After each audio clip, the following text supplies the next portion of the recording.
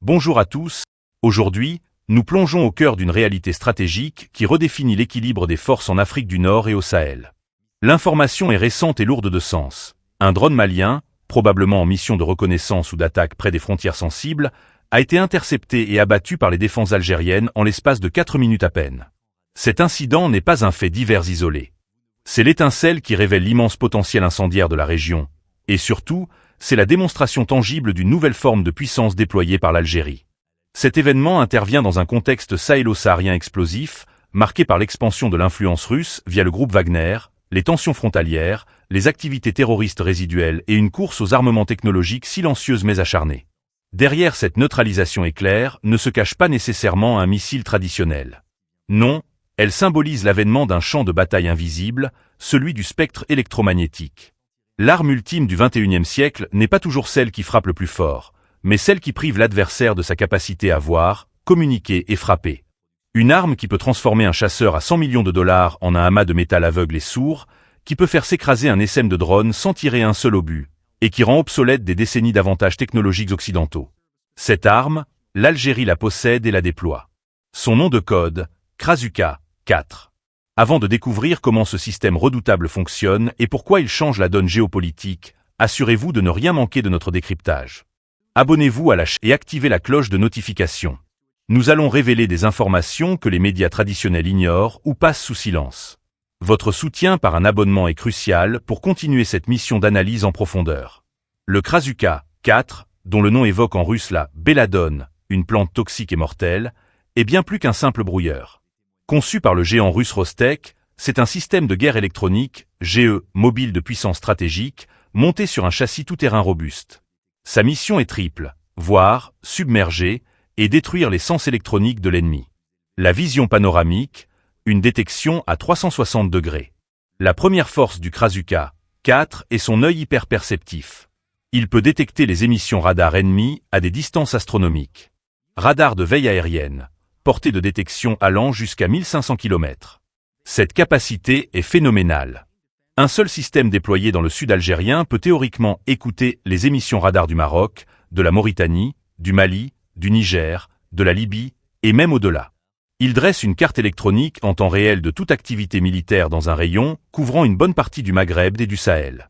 Radar de conduite de tir et d'acquisition, détecté à 300 km.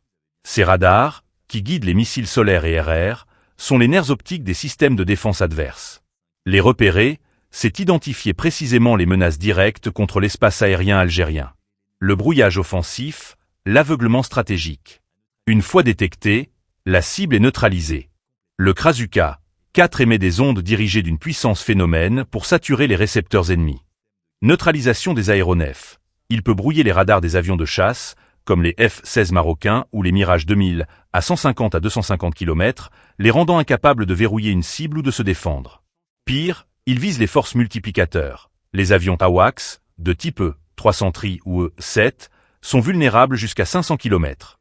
Privé de son radar, un AWACS devient un avion de transport inutile, plongeant toute une armée de l'air dans le brouillard.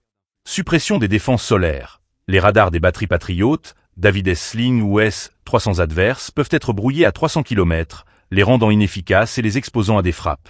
Attaque de l'espace. Sa capacité la plus vertigineuse est le brouillage des satellites en orbite basse.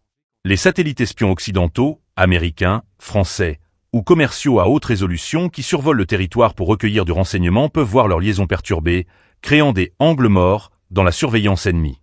L'effet destructeur, la guerre électronique dure. Le Krasuka 4 ne se contente pas de brouiller.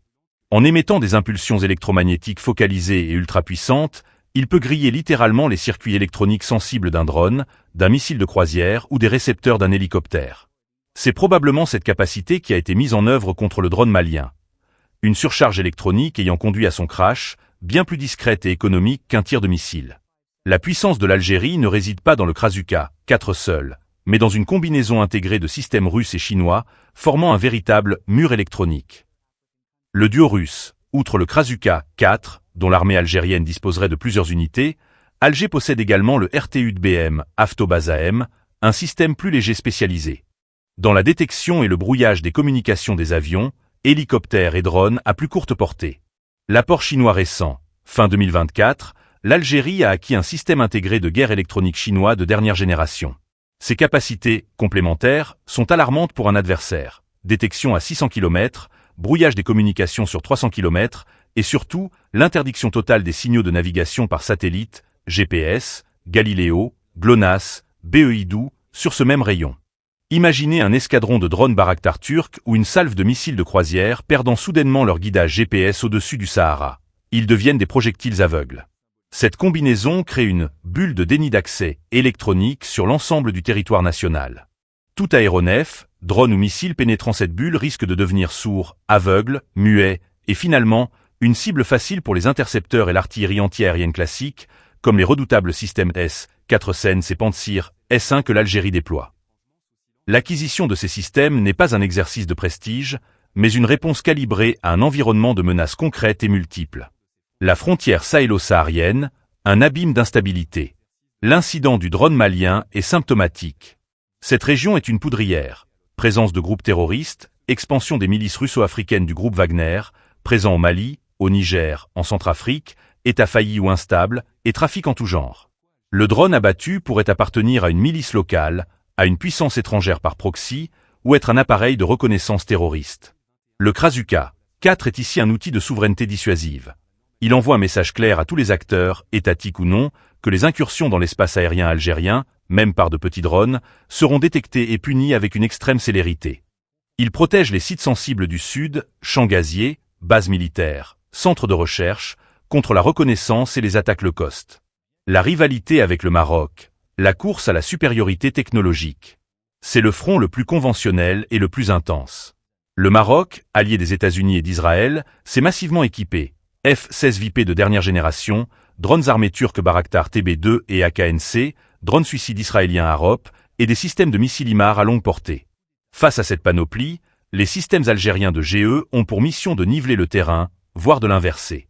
Le scénario est simple. En cas de tension extrême, les radars des F-16 marocains sont brouillés, les liaisons de leurs drones sont coupées, et le guidage GPS des missiles IMAR est perturbé. Des milliards de dollars d'armement deviennent soudainement inopérants. C'est une dissuasion asymétrique par excellence. La menace indirecte israélienne. La normalisation des relations entre Israël et le Maroc ouvre la porte à un transfert technologique de pointe et à une présence stratégique israélienne aux portes de l'Algérie. Le cauchemar algérien s'appelle le F-35 Yadir, l'avion furtif israélien de 5e génération. Sa furtivité le rend difficile à détecter pour les radars classiques. Cependant, le Krasuka 4 n'opère pas comme un radar traditionnel. Il traque les émissions secondaires, les communications, les liaisons de données, les signaux de l'IFF, identification franc hors FOE. En les brouillant, il démasque partiellement l'avion furtif, réduit son efficacité opérationnelle et le guide vers les batteries de missiles solaires pour l'interception. C'est un contrepoids vital à une technologie supposée imbattable. L'efficacité du Krasuka 4 n'est pas théorique. Elle a été éprouvée dans 2 conflits majeurs. En Syrie, où les systèmes russes ont protégé les bases de Memim et Tartou.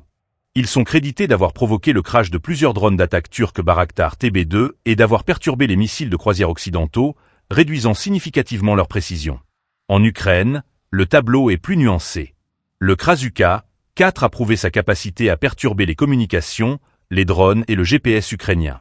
Cependant, plusieurs unités russes ont été détruites, car déployées trop près des lignes de front et vulnérables aux attaques d'artillerie et de drones kamikazes.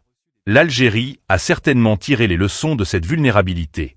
Ces systèmes seront vraisemblablement déployés en profondeur, protégés par des ceintures de défense aérienne denses et des unités de protection, exploitant leur portée gigantesque depuis des positions sécurisées à l'intérieur du territoire. Le drone malien abattu en 4 minutes n'est donc pas un incident, mais une démonstration. Une démonstration de vigilance, de vitesse de réaction et de la maturité technologique atteinte par les forces algériennes. Le Krasuka 4 et son écosystème de guerre électronique incarnent une philosophie défensive algérienne moderne. Pourquoi détruire une arme coûteuse avec une autre arme coûteuse, quand on peut simplement éteindre son cerveau électronique pour une fraction du prix? Cette capacité transforme profondément l'équation sécuritaire algérienne. Face aux menaces diffuses du Sahel, elle offre un bouclier high-tech contre les incursions asymétriques. Face à la compétition régionale, elle agit comme un grand égalisateur, annulant les avantages technologiques acquis par ses rivaux grâce à leurs alliances occidentales. Enfin, sur le plan géopolitique, elle envoie un message sans ambiguïté à Washington, Paris, Tel Aviv et Moscou. l'Algérie n'est pas la Libye de 2011, ni l'Irak de 2003.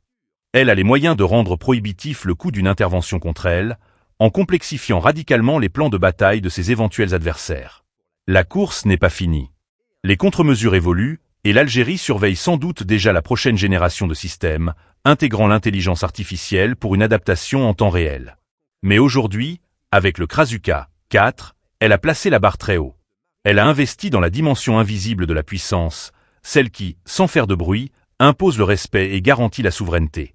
Dans les guerres du XXIe siècle, celui qui contrôle le spectre électromagnétique contrôle le champ de bataille. Et l'Algérie entend bien en être le maître chez elle. Si cette analyse de la puissance électronique algérienne vous a intéressé, abonnez-vous massivement à Algérie Puissance. Nous décortiquerons prochainement d'autres piliers de la défense nationale, comme les chasseurs Su-30, les systèmes de missiles balistiques Iskander, ou la stratégie navale en Méditerranée. Likez cette vidéo, partagez-la pour informer, et donnez-nous votre avis dans les commentaires. Pensez-vous que la guerre électronique est devenue l'arme absolue de la dissuasion moderne ?